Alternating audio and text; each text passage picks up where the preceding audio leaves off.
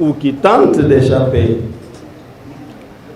à la volonté d'Allah et dont il nous demande de nous méfier.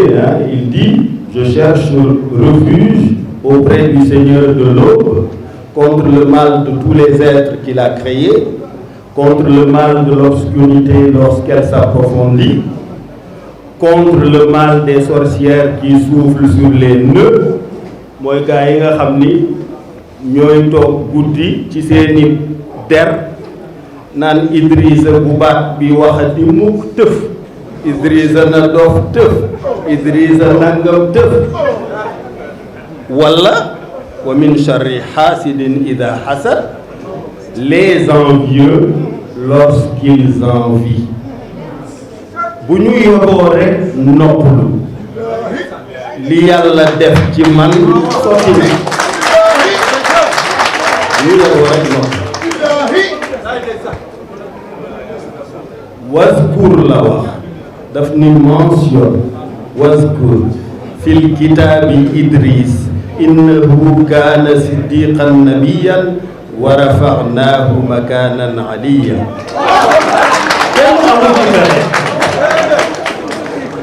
sama turandoo rek la yàlla sàkk, amul bàmmeel ci kaw suuf. moo tax bu ma déggee ñu naan cadavre politique il est mort, ma ne mort bi nag moo ñëw tey di wëliis pour ngeen xam ni mu ngi fi.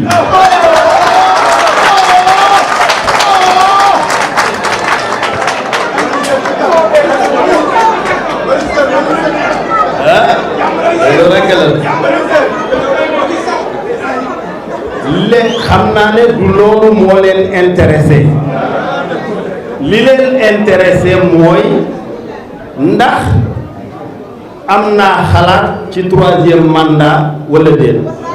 du dëgg,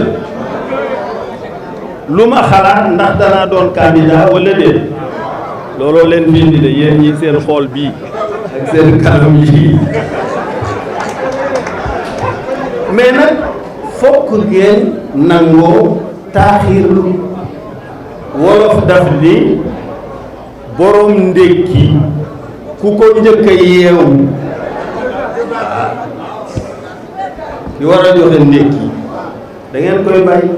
Macky Sall pël day sàmm. Macky Sall ab sàmm la te dafa am lu wolof yi wax ci sàmm. daf ni bala ngaa tëb gémmiñu sàmm xamal la mu wëliis ba pare. waaw Macky nag dafa wëliisagul. bu wëliisee ngeen commenté.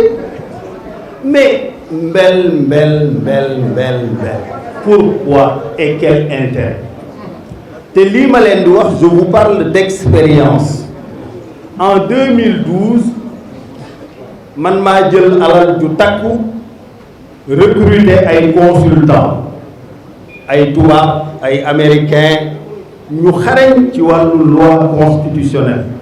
Carcassonne moo ci gënoon a siiw, wuy ji na boroomam. ñoom professeur Serigne Diop mi nekkoon médiateur de la République ma consulté ko, mu am lu ma wax loo xam ni waxuma ko, wante junjoon naa ko. ndax nee na ma bu ma Ablaye Wade woowee ci bureau danaa ko wax li ma ci xam, wante sama obligation de réserve mayuma ma wax ci. ma dajale opposition bi yëpp, Macky Sall la ngi ci woon ci biir, Moustapha Niass, Tanor Dieng, ñuy tase fële ca Ngor Diarra. ñu ne du ñu campagne, du ñu def dara.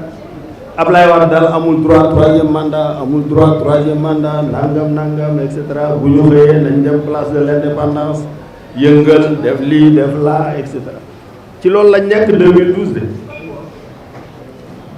yéen ñëpp xam ngeen ne bu dee xam-xamu doxal campagne électorale rek li ma ci def kenn defagu ko ci Sénégal. lu leer na 1988 laa ko door, j'avais 28 ans. et j'étais le premier directeur de campagne électorale de l'histoire politique du Sénégal. Je n'avais que 28 ans. Je venais de boucler mes 2 années et demie chez PricewaterhouseCoopers en tant qu'auditeur et management consultant. Et j'avais fait sur une feuille de papier volante un schéma à Wade et il m'a dit « Viens diriger la campagne ». Et je lui ai dit « Non, moi ça ne m'intéresse pas vos histoires-là, moi je veux gagner beaucoup d'argent. Beaucoup. Énormément. C'est ça mon objectif. Parce que, et je l'ai écrit ça, je l'ai écrit dans une interview avec Mamadou Oumar Ndiaye, qui dirigeait SOPI à l'époque. Et il avait titré « Je me prépare à l'exercice du pouvoir ». Et à sa question de savoir ce que j'allais faire, je lui ai dit que pour travailler en toute indépendance, avec celui dont on disait que c'était le cerveau le plus performant du continent, du Cap au Caire, de Casablanca à Johannesburg, il me fallait 2 choses. Une formation académique d'exception pour que les avis que je lui communique soient toujours étayés et scientifiquement irréfutables, et une indépendance financière totale pour toujours conserver ma liberté de lui dire ce que je pense sans penser à ma dépense quotidienne du lendemain. C'est ça que j'ai dit à Mamadou Oumar Ndiaye. Donc je lui avais dit à Wade, ça ne m'intéresse pas. Il m'avait fait des tonnes de promesses, il n'en a tenu aucune. Il m'avait dit, tu vas être député, ton salaire de Pricewaterhouse, je vais le tripler, je vais d'ailleurs te donner une avance sur 2 ou 3 années de salaire, je vais t'acheter une maison. Il n'a rien fait. Il n'a fait que raconter des histoires. Rien de ces promesses n'a été tenu. Et quand je suis retourné faire le bilan de cette campagne électorale qui, même si elle n'a pas été victorieuse, avait quand même considérablement boosté l'image de Wade, qu'est-ce qu'il me raconte? Oui, c'est les Boubacar Sall qui m'ont dit que si tu étais député, tu allais devenir le 2e Serigne Diop, tu allais me trahir, etc. Enfin, bla bla bla bla. Je lui ai jeté les clés de sa 505 rouge et je lui ai dit qu'il ne me reverrait qu'après que je sois totalement, financièrement, totalement indépendant. Et par la grâce de Dieu, à l'occasion de la visite de James Baker, qui était ministre des Finances des États-Unis, l'ambassadeur des États-Unis de l'époque, Lennon Walker, m'a invité à l'ambassade et m'a présenté à James Baker en lui disant « Ce jeune homme-là était le directeur de campagne de l'opposant Abdoulaye Wade. » Et Baker me serre la main en me disant « I myself was equally campaign manager to Bush, but the difference between us is that I won, you lost. » mu ne ma man yow da ngaa dégg li may wax bay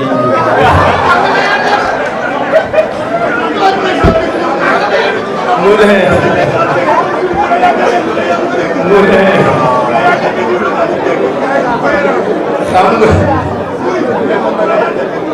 xam nga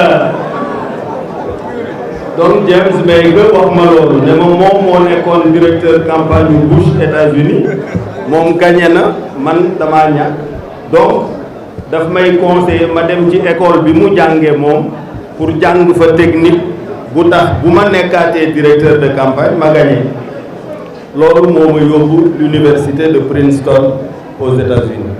James Baker moo bind ñu bind ma ne am na benn programme boo xam ni juróom benn nit la ñuy tànn ci àddina bi Chine, Inde, Mexique, Pérou, Afrique fépp yoo xam ni am nañu potentiel leadership ñu fayal leen comme s'ils étaient déjà en train de travailler yóbbu leen former leen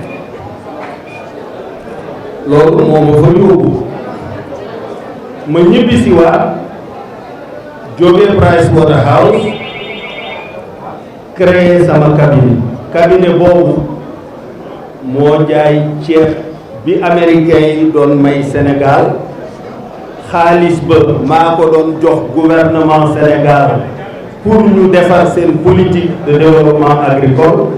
Baba Dioum mi nekkoon directeur de l'unité de politique agricole am na lu mu ci wax am na lu mu ci bind dem leen ngeen jàng ko.